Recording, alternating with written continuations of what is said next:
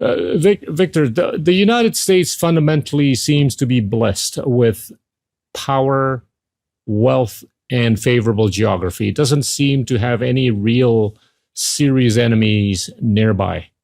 And it seemed to have attained a position of primacy at the end of the Cold War in the early 90s. There since it embarked on this, what I call the ill-structured campaign to spread democracy, markets, and other liberal ideas, as manifested in the quagmires we saw in Iraq and Afghanistan.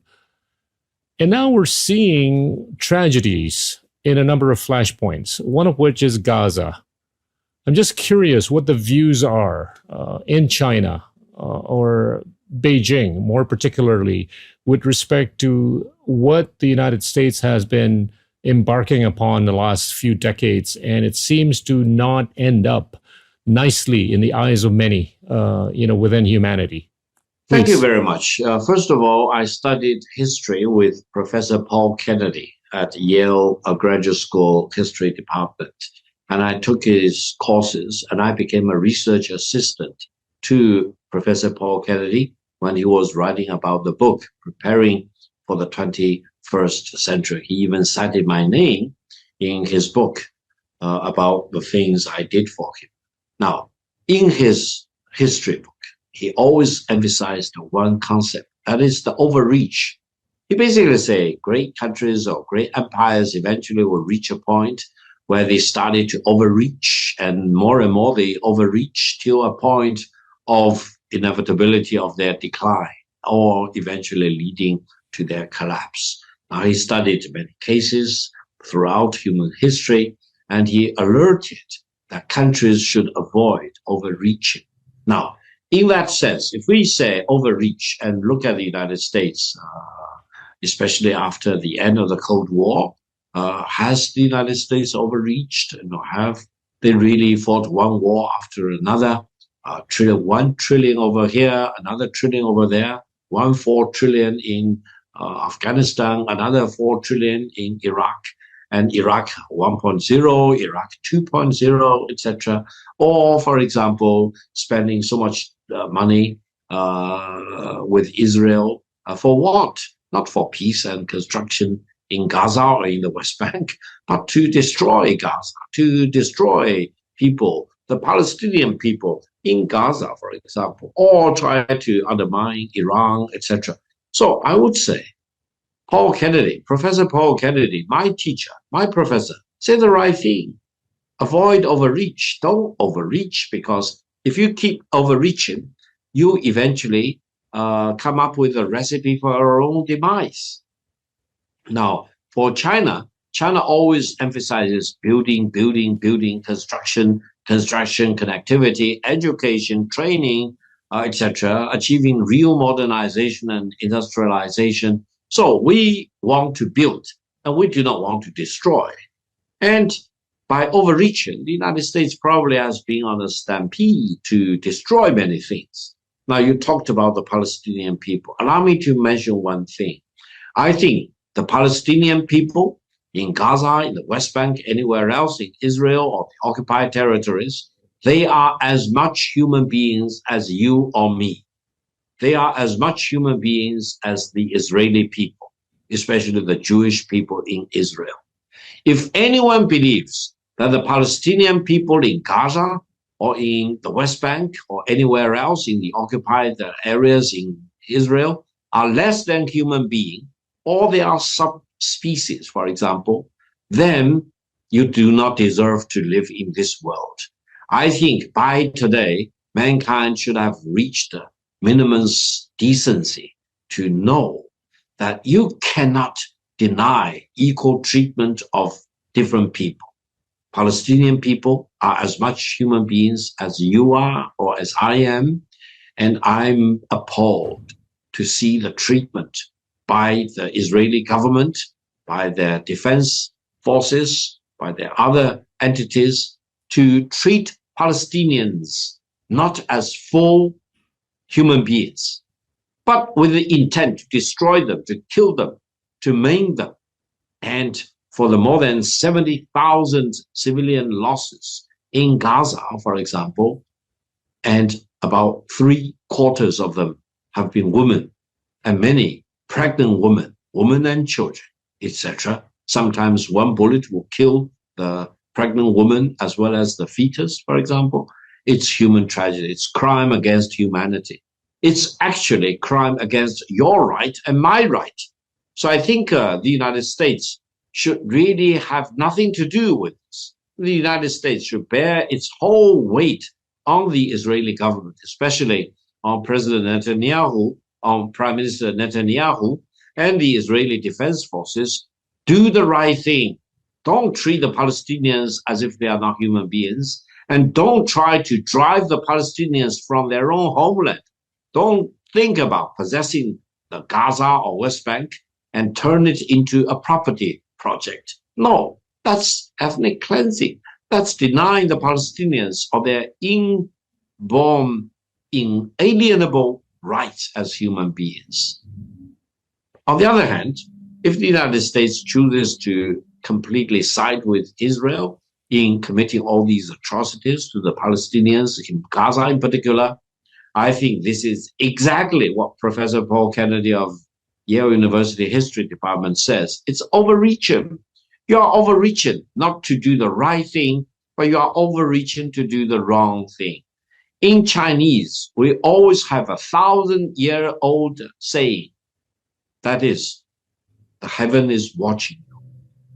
The heaven or the God or the almighty spirituality is watching you.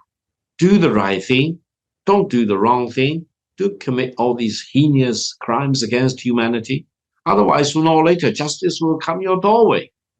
And if you really deny human rights, dignity, and humanity of other people, like the Palestinians, eventually, whatever you do unto others may be done to you. You suffer the consequences.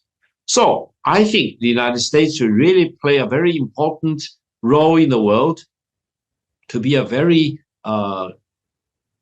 noble leader, and to use philosophy, use morality, use rule of law to do the right thing, rather than denying the Palestinians their inalienable rights in their homeland, where they were born, where their forefathers were born hundreds of years ago.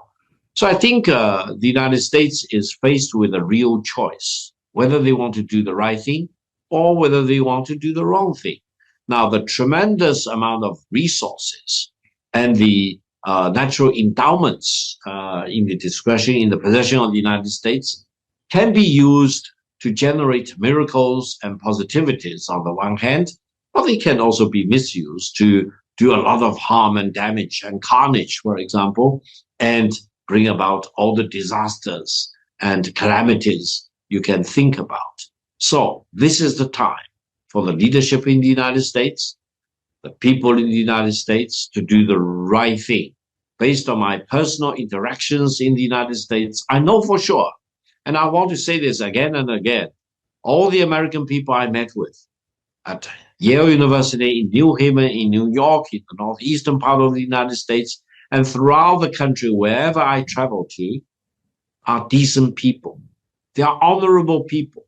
They want to do the right thing, and they do not want to do injustice to other people. So let's enable the American people to really do the right thing. Don't allow the government to overreach, because otherwise the tremendous amount of might of the United States may be used for the wrong purpose. For example, denying the basic rights of the Palestinian people in their own homeland. What do you think explains for the absence of accountability? There just doesn't seem to be any accountability for whatever is happening in Gaza, strictly within a policymaking body. And the second part of the question is, to what extent do you think China could serve as the conscience to the world, so that there is greater degree of morality with respect to what needs to be done in Gaza? Well, first of all, I think the United States has its own system, separation of power, the checks and balances, etc., the federal government versus the state government, etc. It's completely a responsibility of the American people. If they want to keep it as it is, they get it. If they want to fundamentally go through the due diligence or due process to change it, they can manage to do that in due course. People in the outside world should not directly interfere in the domestic political system of the United States. However, the United States, as you mentioned, is very unique in the world of today. It really has tremendous amount of responsibility on its shoulder. And if it does the right thing, it will create miracles for the good. If it does the wrong thing, it may cause a lot of damage. So let's hope sincerely that the American people, through their own legal process, will figure out a way to do the right thing for the people in the United States on the one hand, and for the people in the world at large. Now, it is easier said than done, because I think if you look at the legal process in the United States, it really hinges upon who has the money, who can really sponsor party A versus party B, candidate A versus candidate B, and what is their real ulterior motive behind their political lobbying, for example. And eventually it can be very messy. And eventually, for example, this decision maker by the White House in complete support of Israel, regardless of whether Israel is doing the right thing or the wrong thing, is mind-boggling. I think mankind is fed up with all the atrocities committed to the Palestinian people in Gaza, in West Bank, and many other places in the Middle East. And I think the demand for real justice is never ceasing. They are there. And I'm afraid eventually justice will be done sooner or later anyway. But we cannot wait until the eventuality of justice being done in a decade or in 2 decades' time. We need to have justice done today. We need to, on the one hand, for example, have all the hostages freed as soon as possible. But on the other hand, we should call for an instant stop to atrocities, war crimes, injustices committed by Israel against people in Gaza, in West Bank, and many other places over there. And then, amazingly, China is a leading force in calling for the two-state solution.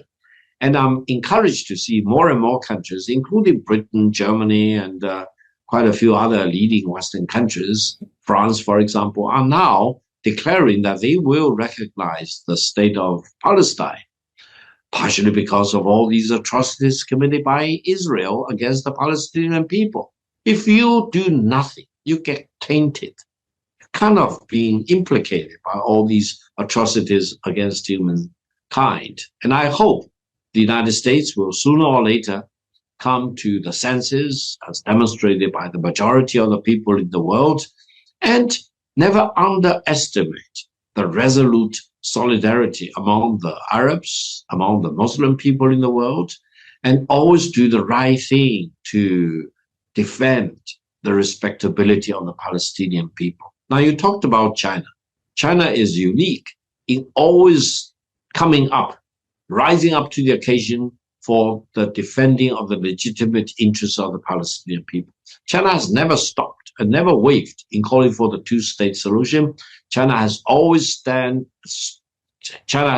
stood very firmly in the United Nations, in the Security Council of the United Nations, defending the legitimate rights of the Palestinian people. Now China calls for full recognition of the state of Palestine as a full member of the United Nations with complete and full voting rights.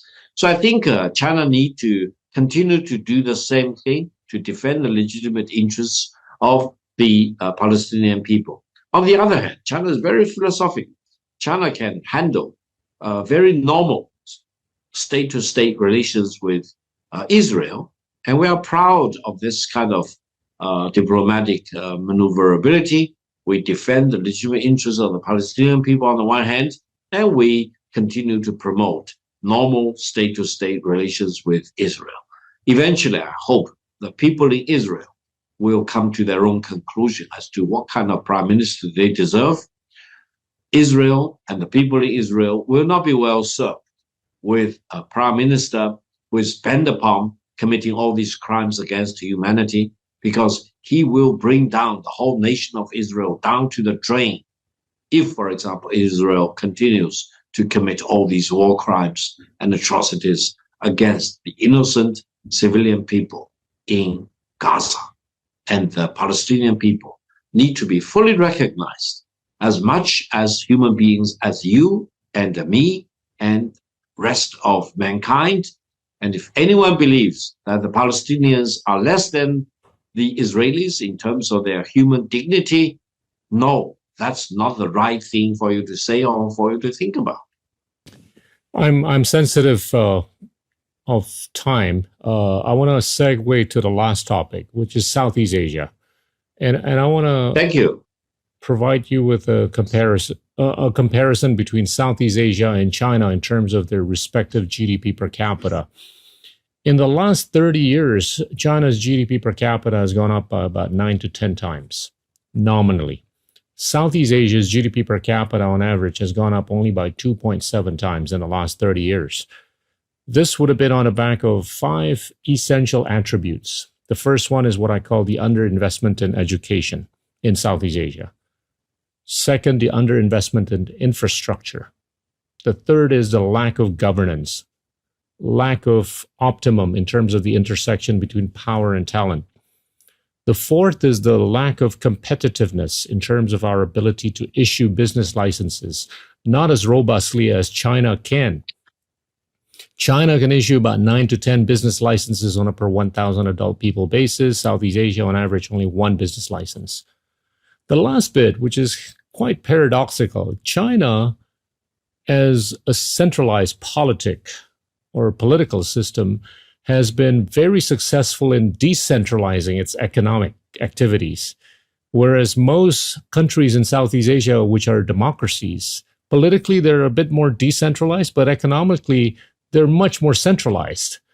And this, I think, has been one of the causes to why Southeast Asia has underperformed vis-a-vis that of China in the last 30 years. I'm just curious what your views are with respect to any of these 5 attributes or the overall observation as to why Southeast Asia has underperformed. Thank you very much. I think you are raising a very important question. From the Chinese perspective, ASEAN, or the 10 ASEAN member states, are very, very important. We are neighbors, and we are, having a lot of common historical background or historical exchanges over the thousands of years of engagement between us. Now, on the other hand, ASEAN-China trade is the largest trade volume as far as China is concerned, and China really values a lot of its exchanges and connectivity with each of the 10 ASEAN member states, as well as ASEAN as a whole. China and ASEAN have this free trade agreement,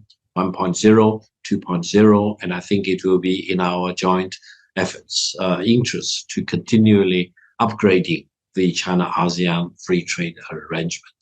On the other hand, if you look at ASEAN from, let's say, from outer space, I think you need to come to the conclusion that while ASEAN itself is very successful as a regional organization, ASEAN as a whole is one of the most highly fragmented regional grouping in the world in terms of, let's say, different levels of historical economic development, in terms of scientific breakthroughs, in terms of languages, for example, their past experiences.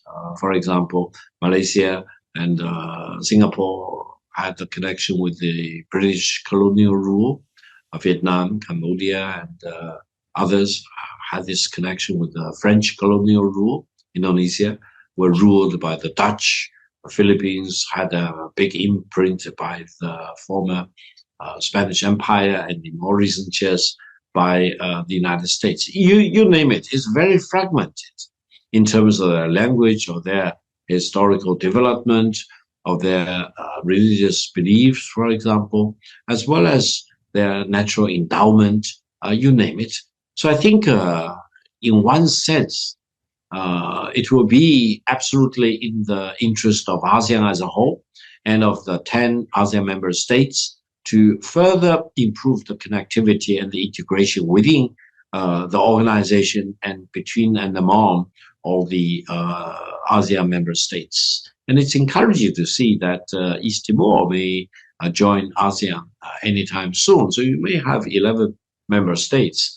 So I think internal integration, improvement of connectivity, you name it. Now, the other thing from, let's say, outer space or from Victor Gao's perspective is that you really need to improve connectivity.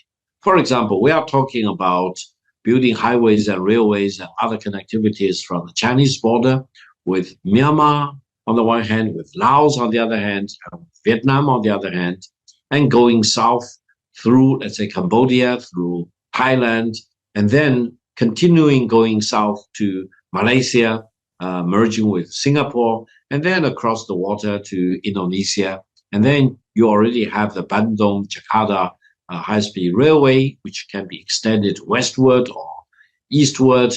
And then the total archipelago chain of Indonesia could be connected from the west to the east. If you look at the Philippines, exactly the same thing. They are not very well connected internally. And theoretically speaking, for example, you can think about the connectivity from the northern edges all the way through the archipelago and linking to the southern region of the Philippines. So I think connectivity is crucially important. Why do I say this? Because in China, we always believe in one thing. If you really want to make riches, build a road, you need to improve your connectivity in order to sell your products to other parts of China or to other parts of the world. And for ASEAN connectivity, very unique in its own situation, and need to be significantly improved. Now, the other thing is that ASEAN as a whole and all the neighboring countries of ASEAN should really put a premium on peace and stability. It pains me to see that frictions are building up between Myanmar on the one hand, the Rohingyas in the western part of their country, and then between Myanmar and Bangladesh on the other hand. And other forces are eager to provoke a kind of conflict between Bangladesh on the one hand and Myanmar on the other hand. And the recent war involving Thailand and Cambodia is really mind-boggling to me, and is really very traumatic from the Chinese perspective, because both Thailand and Cambodia are very friendly nations as far as China is concerned.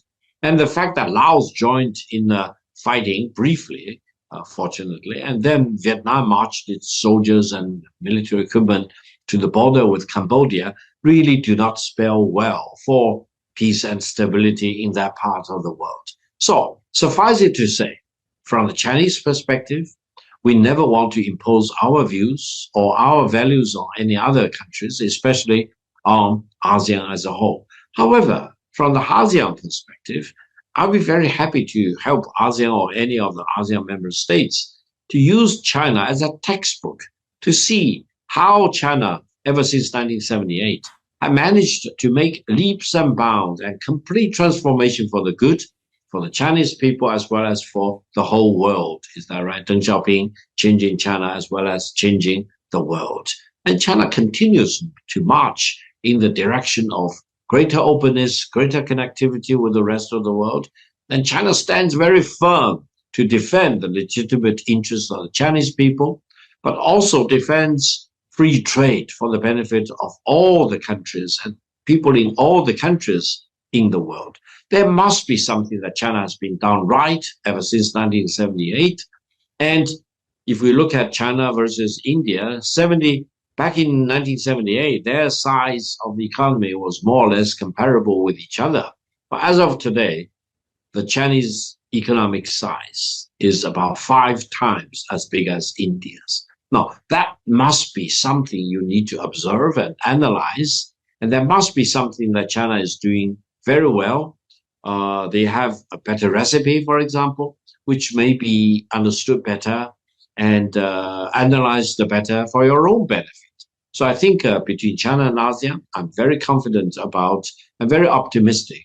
And I think even though China and Philippines have some bilateral territorial disputes, I don't think war can solve any problem. China and Philippines need to adopt diplomacy and negotiation with each other and solve whatever problems there are, rather than allow Philippines to become a proxy of another major power, which may actually destroy our part of the world.